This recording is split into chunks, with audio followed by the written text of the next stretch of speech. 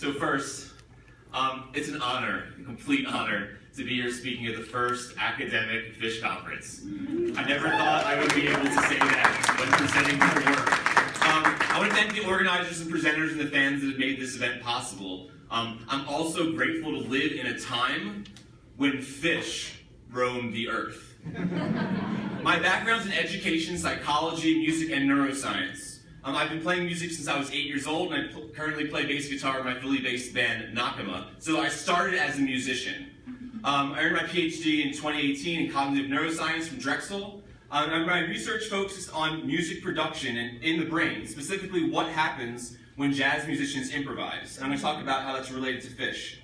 Right now, I'm a co-founder of a music tech startup company, Secret Chord Laboratories, where we're making software designed to assist with composition based on insights from neuroscience. So broadly, my work examines the neuroscience of music as an end-to-end process, so from production to perception. However, today I'm here to discuss the neuroscience of the jam, right? And talk about a research paradigm that got me into grad school, ultimately to study the underlying interactivity of the brains of Phish when they're jamming. I want to start with a quote from one of my favorite bass players. As a bass player, Victor Wooten. Mu is a Chinese word for mother.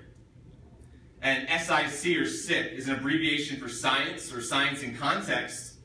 And so what that means is music is the mother of all sciences. Music is physics. We know it's emotion. It's chemistry. Music is neuroscience. It's culture, it's philosophy, and ultimately music is alive, right? And so Phish is beyond just the music, even though we've been hearing such great accounts of the music itself. And we can see this right here at the conference. It creates community, it creates culture, and it has served as the catalyst for my own musical and just personal experiences as it has for so many people here. This is just for an example, a recent gift my wife gave me for my birthday from a cartoonist. That's my dog and my cat, and my wife on a hot dog in a fish tank. So yeah, it runs deep. So before I decided to go back to grad school, I heard about this cool research that was being done. Actually, his name's Charles Lim, and he, around 2008, put jazz improvisers into an fMRI scanner. And there seems to be this interest in the scientific community, especially in the creative cognition community, about what is happening in the brain when musicians, especially highly skilled ones, are improvising. Right? There's something really special about that. And this study ultimately looked at the comparison between improvisation and a memorized melody. Or if we think about in Phish, improv versus when they're performing songs, for example. Other books sparked my interest. Oliver Sacks's Musicophilia, some people in here may be familiar with that. Also Dan Levitin's This Is Your Brain on Music. And this really sparked my interest in pursuing the neuroscience of the jam. So these early findings from fMRI studies, they were new, they were smaller, there were only 6 or so participants early on. But there were 2 core findings, which I could kind of relate to as an improvising musician and from hearing accounts of Phish and other jazz musicians. One is, we see this blue, is deactivation of prefrontal cortex, widespread deactivation when musicians are improvising versus performing a memorized melody.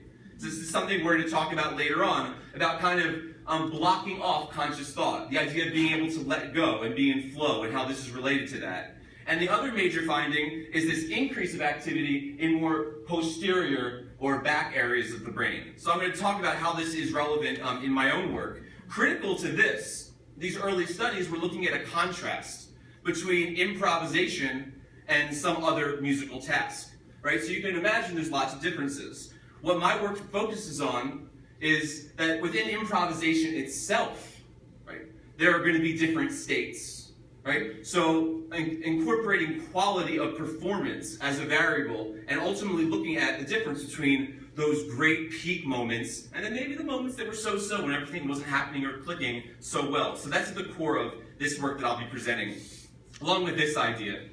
An altered brain state beyond conscious control may be intrinsic to the creative process in achieving flow. And this is something that resonated with me, right? This led me ultimately to thinking about how could I design a study around my favorite band in the world, right? This was my dream, right? This is the dream.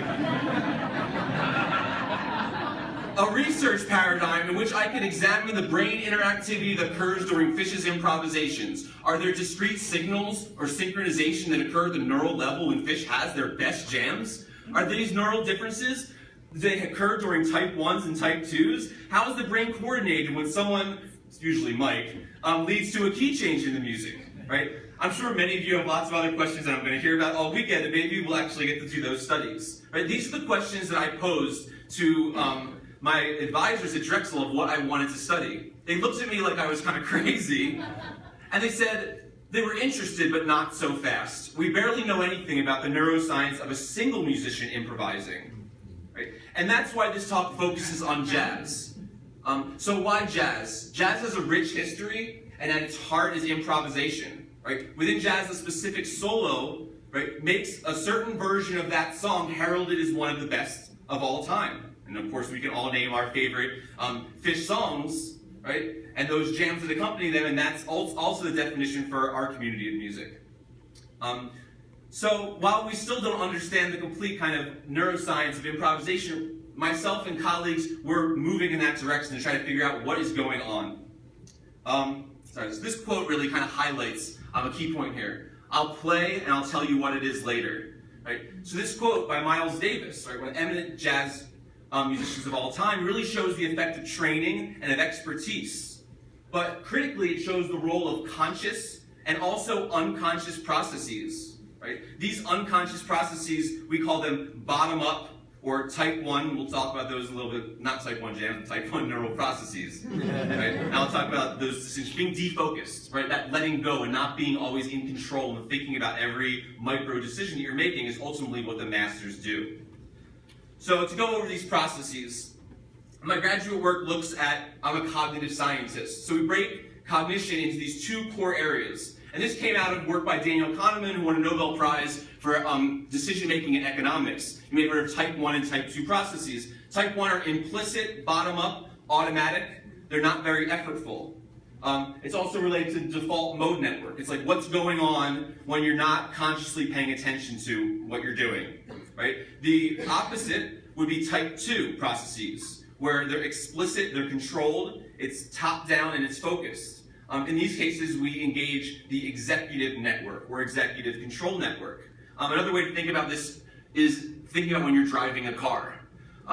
You're usually not thinking about looking in your mirrors or kind of changing lanes or where you're going. It's in the rear view. It's in the back of your mind. You're doing it, but you could also be having a conversation. You could be changing the station of your radio. Right? You could do a number of things. Right? That's type 1 when you're driving. The second, an ambulance comes behind you and you hear those sirens and you see those lights. Right? You switch. Your cognitive processes are now focused, effortful. Right? You have to have conscious control because now your situation demands a new level of attention. Right? So I think that's an example that we can all relate to of that switching of cognitive modes. So in two previous studies before the one I'm going to talk about today, generally what we found was that increasing these executive type 2 top-down controlled processes through either an explicit instruction or a brain stimulation technique, which we can talk about a little later, basically ramping up those executive processes hinders expert performance. Their performances suffer in quality. However, for novice performers, right, you can imagine a novice, especially within jazz, right, they need to have that control. It actually benefits someone with less experience to engage that. And so from these previous studies, we had this theory that there's kind of two processes, two ways that people achieve creative improvisation. And you can imagine that through expertise, that kind of factor is really going to mitigate which type of processes are dominant in any given performer. So quality is a core piece of this work, looking at differences of improvisation. Another core piece is looking at flow. Music improvisation is commonly cited as one of the most flow-inducing activities. A flow-like state is often mentioned by eminent musicians, and the highest level of jazz improvisation requires efficient information transfer and rapid integration and execution. This quote, I think, really shows that nicely. Flow is being completely involved in an action for its own sake. The ego falls away, time flies, every action, movement, and thought follows. Inevitably from the previous one, like playing jazz. It's in the seminal work, right? That music improvisation is core to this flow state. Kenny Werner, he wrote this book about effortless mastery, which also demonstrates this point of feeling almost like a witness when you're in this state performing effortlessly, right? And he talks about this trade-off between explicit training and practice to implicit performance. Related to Phish, right? The hay exercise in the barn for 8 hours a day for 10 years allows them to go on stage and have this implicit flow state type of improvisations that they can have. Now, the relationship between flow and creativity is not well established, although many claim that it exists, meaning that just because someone feels as though they may be in a flow state, there's not much quantitative evidence that shows this leads to an enhancement of creativity or creative performance as judged by whether it be an audience, critic, expert, and we can talk about how valid everyone else's opinion of judgments are also in the Q&A, as that was brought up this morning too. So generally, we look at flow as a state. You can look at it as a trait as well. So the state is basically the phenomenological experience of the musician themselves, right? Because only they have that information. As an improvising musician, sometimes when I think about, was a jam good or not, really what I'm thinking back on is how I was feeling while I was playing, not necessarily the individual musical excerpts that occurred. I think that's important to remember. So in my work, I included flow surveys for musicians. So after performing, we asked them, how much flow did you achieve? Right? Along with quality, which is I'm going to present those results today, high quality and low quality performances and how that looks in the brain. I also have results which we can talk about at the end for high and low flow states as well. So finally, this leads us to my dissertation study, which was looking at jazz guitarists using EEG. So we had 32 jazz guitarists ranging in age from 18 to 55 years old. They had a wide range of music training as well. But for our expertise measure, we looked at the number of jazz gigs our guitarists had, which ranged from 6 to 1,500. So we had a really nice assortment from freshman students in college through professional musicians who've been gigging for over 30 years or so. Here's kind of like how we set up the study. This is a training session. So as you can imagine, it's hard to improvise when you're wearing an EEG cap. So we would have first this warm-up, where I was kind of standing behind our guitarists, and he had the EEG cap on, and they could see their brain waves on the screen in front of them, right? And the point of this warm-up was so they could get comfortable and see on the screen, because EEG is very sensitive to movement, so how much movement was too much, right? And trying to get them in a position where, right, they're not going to achieve the ultimate flow state and have the most creative performance of their life in the lab. What we were trying to do is get as close to that experience in a laboratory setting as possible, so work within our constraints. Here's an example of kind of the chord sequence that were given to musicians. There were 6 different chord sequences with iRealbook Pro accompaniment and medium tempo jazz. So I'll play, this is a clip from one of the solos performed, just so you can hear kind of what EEG jazz guitar sounds like.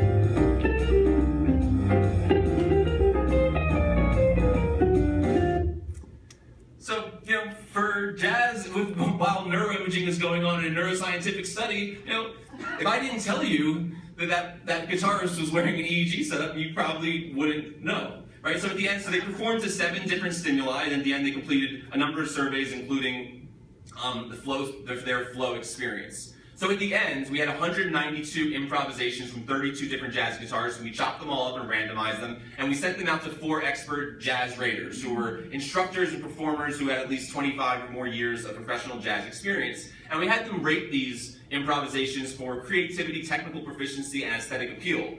And as you can imagine, when you're rating jazz is a technical kind of music, and if you're going to like it, it's creative, they're kind of intermingled, and so those are correlated above 90%. So we average those together to make a composite quality score, which is our main outcome or dependent variable in this research. So behaviorally, we looked at all the different kind of variables and factors that the subjects gave us, and we said what most predicted quality ratings. And there were two key factors, one of neither of which is really that surprising. First, expertise, which is the number of gigs, and second was the amount of flow that musicians felt. What was interesting about this is that there was not an interaction between expertise and flow, which you might think that the expert in flow led to the highest ratings, but that flow just across the board, from novice through to the expert, if they reported feeling as though they were in flow during their performance, then that led to increasing quality ratings. Now to the brain results.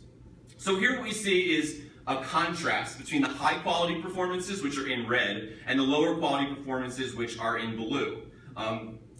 Basically, there's one theory by Alcone and Goldberg that says there's evidence for a model in cognition where the right hemisphere is critical for processing novel cognitive situations, and the left hemisphere is recruited for behaviors that are well learned and routinized. So here, the high quality performances from the guitarists with the most experience, right, such as the familiarity with the task, may actually mirror processes for us like language, right? So as though the improvisation is communication as it is language.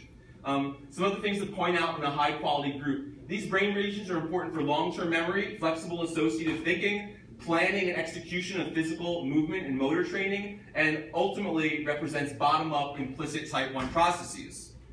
For the low group, what we see is, again, this frontal activity, which is representative of that control, conscious, active processes, self-monitoring and evaluation, and also further engagement of working memory. So to wrap things up, it's not just about the guitarist, or the keyboardist, or the bassist, or the drummer. Well, maybe it is about Fishman. Right? But it's about all of them, right? And that's where I really would like to take this work, to group musical improvisation using portable EEG headsets and using modal free-form improvisation, not just jazz, into other styles. So I'll leave you with this. The conscious mind is like the armed forces. You need the military to protect the country, but you don't want the generals to take over the government. Thank you very much for your time. Thanks to all my advisors and collaborators. And maybe one day we'll see a secret set with EEG. Yeah! All right, we have time for just a question. Thank you. So, I don't know if you're going to like this question or what you're going to do with this, but I have to introduce this. So there's two factors you're laying out basically, right? Which is kind of expertise or technical know-how, and then the flow state.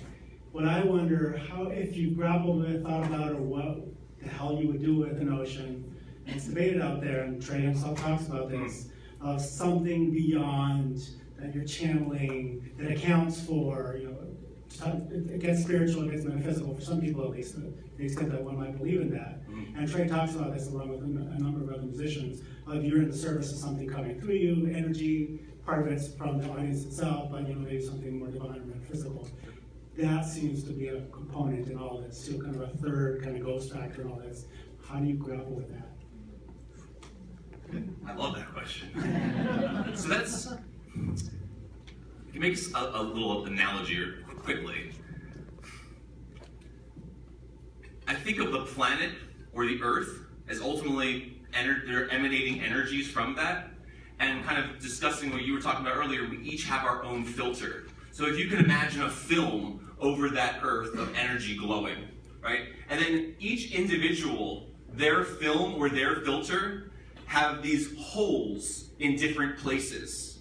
And the holes, what they represent, is where you focus, right? And where you put that energy, right? So basically, if those energies are existing, how am I harnessing it, interpreting it through my filter, right? And then that's leading to, in this case, the creative output of improvisation, and of course, the other kind of energy aspects of audience must also be included in time and place and the other members. So, I mean, I think this is one example of how each of us move forward in our daily lives with this kind of top-down filter of the way we process the energy and the information in our world, and how that then transpires and manifests into whatever it is we do day to day in our lives. So I would say, yeah, I totally love it. Good. One more question.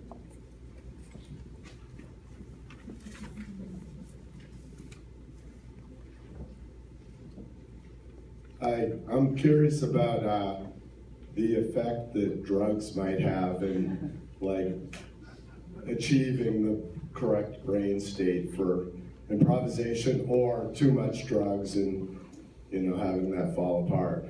Right. So I think it's an important thing to bring up. With the research, we talk about this with brain imaging. Right? It's extremely sensitive to deviations even if you drink different amounts of coffee or throw yourself off neurologically. Right, your physiology has changed. Whatever, we're very sensitive to that. So we ask something we debate in the lab. We ask people usually to come in for 24 hours without using X, Y, and Z. But then you have to have that conversation almost on the side saying, well, if this person, right, has this routine, and this is like kind of how they achieve, they have a certain, whatever their cocktail is to get to this point of whatever, to get to that state for them, which is the creative flow state, right? How does changing that then affect, right, the results and what we're looking at, and how close is that to the real impact of what it is? Right, so I'm guessing, it's so prominent in the culture, even in the jazz culture, is because of that idea of the letting go, right, and trying to get there. But you can imagine that, if you go too far, right, then you're going to lose your technical facility and capacity and ability to really listen and to have. It's a complex cognitive task, right? So you can imagine that's a gray area where a slippery slope as well.